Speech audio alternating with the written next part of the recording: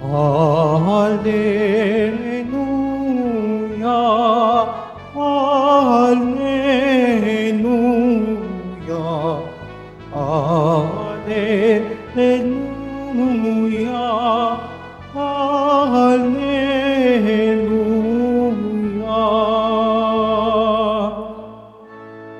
Ipinangaral ni Jesus ang paghahari ng Diyos. Sakit ay kaniyang ginamot. Alleluia, Alleluia,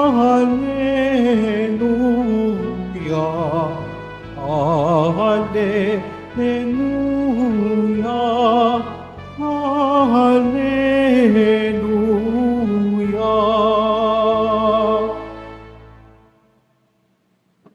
Sumainyo ang Panginoon. At sumaiyo rin. Ang mabuting balita ng Panginoon ayon kay San Marcos. Papuri sa iyo, Panginoon.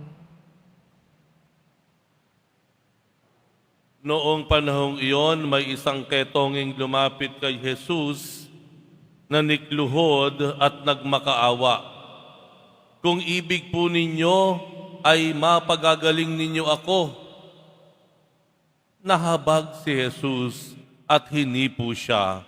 Sabay ang wika, ibig ko, gumaling ka. Noon di nawala ang ketong at gumaling ang tao.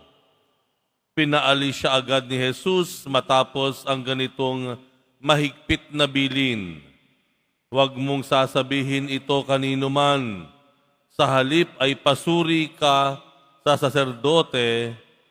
Pagkatapos, maghandog ka ayon sa iniutos ni Moises upang patunayan sa mga tao na ikaw ay magaling na. Ngunit umalis siya at bagkus ipinamalita ang nangyari, ano pat hindi nahayagang makapasok ng bayan si Jesus. Naroon na lamang siya sa labas sa mga ilang napuok at doon pinagsasadya ng mga tao buhat sa iba't ibang dako. Ang mabuting balita ng Panginoon. Pinupuri ka namin, Panginoong Hesukristo. Magsiupo muna ang lahat.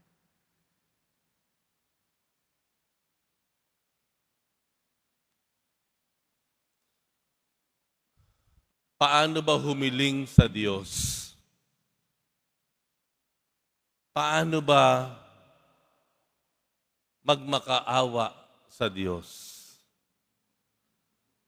Paano nga ba kapag tayo ay may matinding pangangailangan at ang Diyos na lamang ang ating natatakbuhan?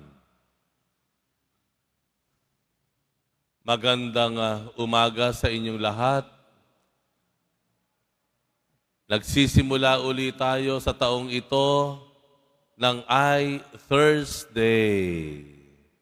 Huling I-Thursday natin, last year pa. Magkikita-kita ulit tayo mga kapatid, magkakaibigan, para sa ating mainit na almusal.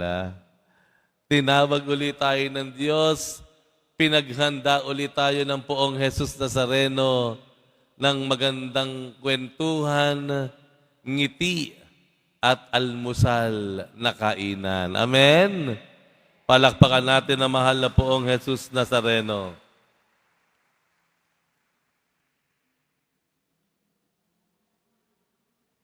Ang pagmamakaawa sa Diyos, ang paghiling sa Kanya sa gitna ng ating matinding pangangailangan, ay nangangailangan ng paggalang,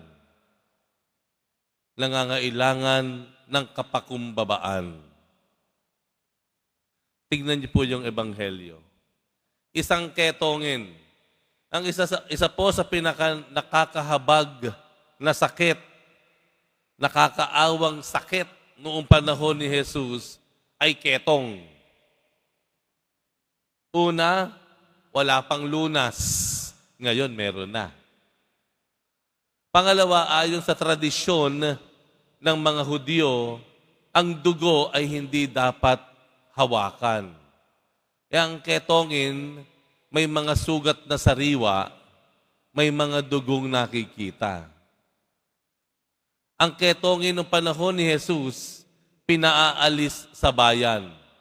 Doon sa ilang pinatatalsik. Hindi sila pwedeng bumalik sa kanilang pamilya, humalo sa lipunan, hanggat hindi sila magaling. Yung bang ang sugat ay natuyo na, wala nang dugo na makikita. Ito ang katayuan ng isang ketongin nung panahon na iyon. Maliban sa naghihirap ka sa sakit ng sugat na nababalot sa iyong katawan, nauubos ang iyong laman, naroroong inihiwalay ka pa sa mga tao na sana ay kakalinga sa iyo. Mga tao na magbibigay sa iyo ng kasiguruhan na may kasama ka sa pagdaan ng mahirap na kalagayan ng isang ketongin. Pero, tingnan niyo po itong isang ketongin na ito. Ano ang sinabi niya? Lumapit siya kay Jesus sa matinding pangangailangan niya, nagawa pa niyang tanungin si Jesus, kung ibig po ninyo,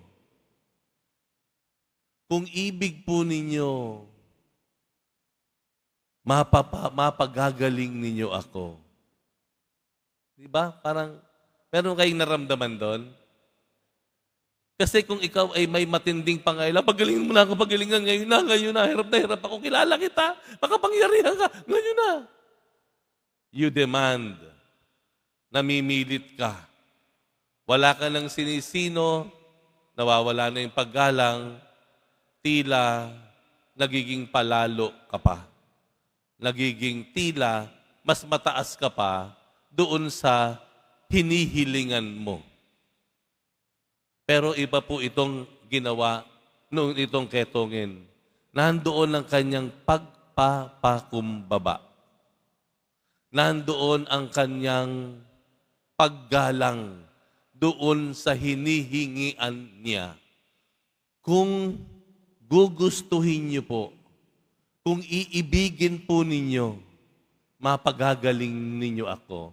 Ibig sabihin, inilalagay pa na niya sa kamay ni Jesus ang desisyon. Hindi sasama ang loob kapag hindi na pagbigyan, kung hindi nandoon ang pagpapakumbaba at pagtitiwala sa Panginoong Jesus Nazareno. Kaya napakadali dito sa ketongin na ito. Wala nang tanong-tanong ayon sa Ebanghelyo. Mapapansin nyo, yung ibang pagpapagaling niya, tinatanong pa ni Jesus. Kunyari, yung bulag, lumapit sa kanya, ano ang gusto mong gawin ko sa iyo? Obviously, bulag eh. Di ba? Pero tinanong pa ni Jesus, ito hindi. Walang tanong-tanong. Anong ginawa ng Panginoong Jesus? Hinawakan niya. Yung bawal nung panahon na iyon, dahil sa pagpapakumbaba, dahil sa paggalang, sa pagtitiwala nitong ketongin, hinawakan siya, bagamat bawal noon dahil may sugat at dugo siya sa katawan. At, ano sabi sa Ebanghelyo? At pinagaling siya. Pinagaling siya. Ano po ang ating makikita dito na ating sanang iuwi sa araw na ito? Na kahit sa matindi nating pagsubok, kahit sa pinakamatindi nating pangangailangan, dapat po huwag mawawala sa atin ang pagtitiwala sa Diyos, ang paggalang sa Kanya. Ang pagtitiwala at paggalang. gagalangin pa rin natin. Panginoon, kung ano po ang inyong kalooban. Kagaya ni Jesus, naalala po ninyo? Nung gabi na siya ay uhulihin na, the last night, huling gabi ni Jesus, bago siya mamatay kinabukasan, ano ang umalingaw-ngaw sa kanyang dasal? Ang sabi niya, Ama, napakahirap po nitong aking dadanasin. At inilarawan pa sa Ebanghelyo na yung pawis niya parang dugo na pumapatak sa lupa. Ibig sabihin, talagang napakahirap nung nararamdaman ng ating Panginoong Jesus, lalo na't nakikita niya ang kanyang haharapin sa kamay ng tumutulig sa huhuli at papatay sa kanya. Pero, ang umalingaw-ngaw sa kanyang panalangin, Ama, masunod nawa ang iyong kalooban.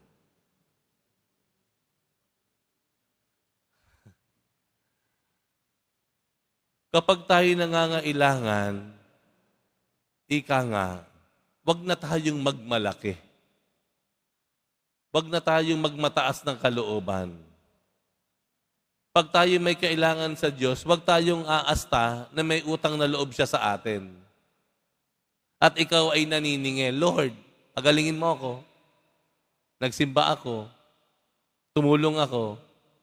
Nagbigay ako, nagdonate ako. Tulungan mo po ako dito.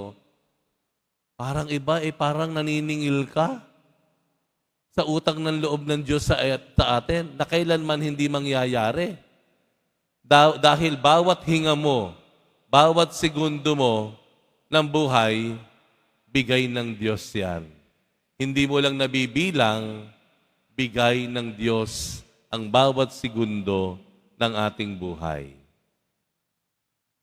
Huwag mawawala po sa atin ang tunay na pananampalataya, ang tunay na debosyon sa ating mahal na poong Jesus Nazareno, ang tunay na pananampalataya sa Diyos. Naroroon ang paggalang, pagtitiwala. Kaya ano nangyari?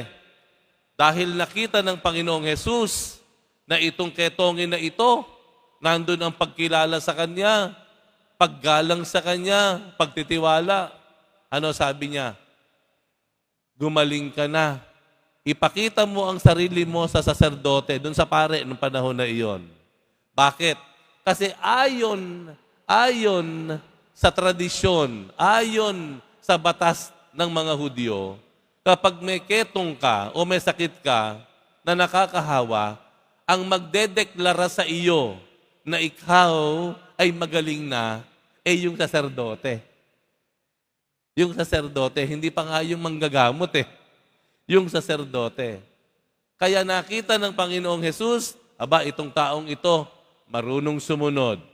Sige, pagkatapos ngayon, gumaling ka, pumunta ka sa saserdote, ipakita mo ang sarili mo na magaling ka na. Tama? Yun nga lang, sa bandang huli, itong ketongin na ito, hindi na niya ginawa iyon.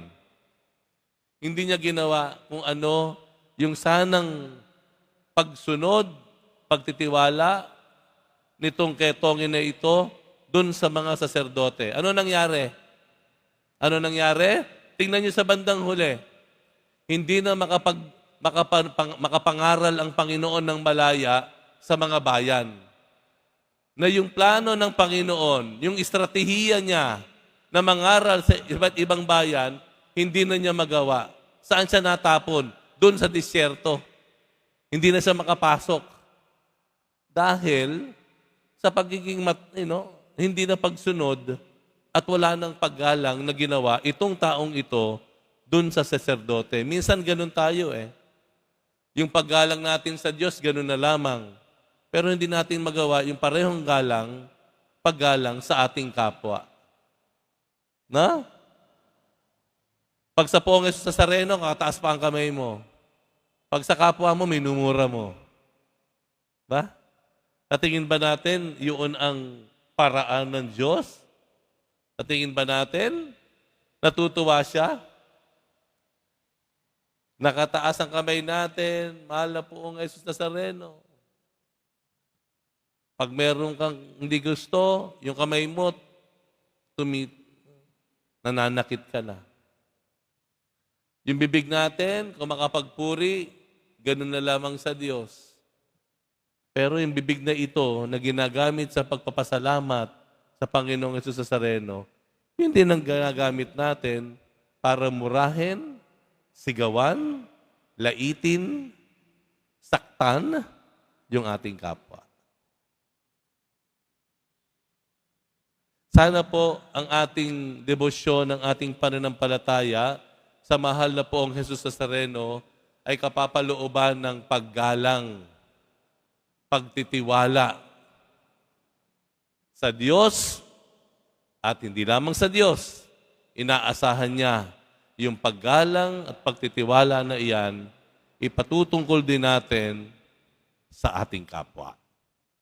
Amen.